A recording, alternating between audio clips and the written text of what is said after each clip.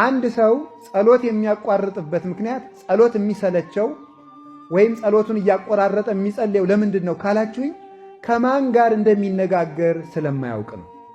ሁላችሁም እንደምታስቡት አንድ የምንወደውና የምናከብረው ትልቅ ሰው በሰው ሰውኛው ትልቅ የተባለ ሰው እኛን ለማነጋገር ቀጠሮ ቢይዝልን ያንን ሰው ለማነጋገር ከተያዘልን ቀጠሮ የተነሳ እንቅልፍ አልወስደን ብሎ ያድራል። ጸሎት ግን እግዚአብሔርን ያህል ንጉሥ ሰራዊተ መላእክት እያመሰገኑት ቅዱሳን አባቶች እያመሰገኑት ለኛ ለአንድ መናኛና የተናቅን ፍጡሮች ቀጠሮ ይዞ ሊሰማን ይጠብቃል። ያንን ንቀን ነው የምንቀረው ማለት ነው። እግዚአብሔር አሁን ለምሳሌ ስንት ቀን ያመላለሰን የአንድ የቀበሌ ጽሕፈት ቤት ኃላፊ ወይም የመዘጋጃ ሰራተኛ ሰኞ ቢገኝልን እንዴት ደስ ይለናል። ለፍቼ እኮ ዛሬ ተሳካልኝ እንላለን። ያገኘነው ሰውዬ የምድር ደብዳቤ የሚጽፍ ሰው ነው ያናገረን። ከዚያ ከፍ ብለን ከንቲባውን ብናናገርስ፣ ከፍ ብለን የዞኑን ዋና አስተዳዳሪ ብናናገርስ፣ ከፍ ብለን የክልሉን ፕሬዝዳንት ብናናገርስ፣ ከፍ ብለን የሀገሪቱን ጠቅላይ ሚኒስትር ብናናግር እንደ ትልቅ ዕድለኛነት እናወራዋለን። ፎቶ ተነስተን ፎቶአችን እናስቀምጣለን በትልቅ ይሄ ከጠቅላይ ሚኒስትሩ ጋር የሆነ ጊዜ ምሳ በልቼ ብሎ ሰው ይናገራል። እግዚአብሔር ግን በየቀኑ ያለ ደጅ ጽናት ይገኛል። በየቀኑ እግዚአብሔርን ማናገር ይቻላል። በየቀኑ ብቻ አይደለም፣ በየሰዓቱ የምድር ነገሥታት ጧት አናግረናቸው 6 ሰዓት መልሶ ቢቸግረን ማግኘት አንችልም። ምናልባት እንደገና 40 ቀን ልንጠብቅ እንችላለን።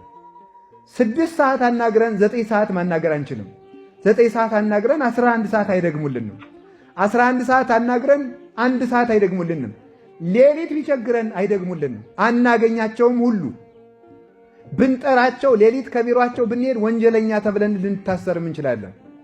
እግዚአብሔር ግን ማለዳም ይሰማል፣ ማታም ይሰማል፣ ጧትም ይሰማል፣ ቀንም ይሰማል፣ ያለ ጊዜ ይሰማል፣ ያለ ወረፋ ይሰማል፣ ሳይመርጥ ይሰማል።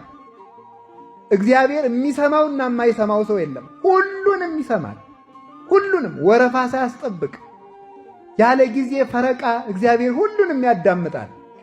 ጸሎት ማለት እግዚአብሔርን ማናገር ነው። እንደ ጸሎት ማቋረጥ ያለ ሞኝነት የለም። እንዴት ሰው እግዚአብሔርን ያህል ንጉሥ አናግረኝ ብሎ እየጠበቀው እንዴት ያን አቋርጦ ይውላል? እና የእግዚአብሔር ቤተሰቦች እኔ ዛሬ በእግዚአብሔር ስም የምማልዳችሁ በእውነት ምንድን ነው ካላችሁኝ፣ ጸሎት እንዳታቋርጡ። ትልቅ ነገር በእውነቱ ማለት እናት የልጇን ንግግር ከምትጠብቀው በላይ እግዚአብሔር እኛን በማለዳና በመታ ጸሎት እኛን ለማዳመጥ ደስ ብሎት ይጠብቀናል።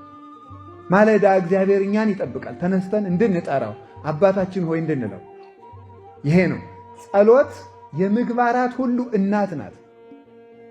የጦርነት ሁሉ መጀመሪያ ናት ጸሎት። ዲያብሎስ እንደ ጸሎት አድርጎ የሚጠላው ስነ ምግባር የለም። ጾም ሊሆን ይችላል፣ ስግደት ሊሆን ይችላል፣ ምጽዋት ሊሆን ይችላል፣ ቸርነት ሊሆን ይችላል፣ የዋሃት ሊሆን ይችላል፣ በጎነት ሊሆን ይችላል፣ ገርነት ሊሆን ይችላል፣ ፍቅር ሊሆን ይችላል፣ ሰላም ሊሆን ይችላል፣ መጠወተርስ ሊሆን ይችላል፣ ሰማዕትነት ሊሆን ይችላል፣ ምንኩስና ሊሆን ይችላል፣ ማስቀደስ ሊሆን ይችላል። ሁሉም ነገር ይሁን ሰይጣን እንደ ጸሎት አድርጎ የሚጠላው ምግባር ጥሩ ስራ የለም። ለምን ሲባል ከእግዚአብሔር እያስፈቀድ ስለሆነ ማለት ነው። አልቦ ግብር ዘያፈቅር ሰይጣን ከመአይድጎ ጸሎት። ጸሎት ሰይጣን እንደ ጸሎት ማስቋረጥ አድርጎ የሚወደው በጎ ስራ የለም ይላል። ሰይጣን በጣም ትልቁ የሚወደው ስራ ምንድነው? ጸሎት ማቋረጥ ነው።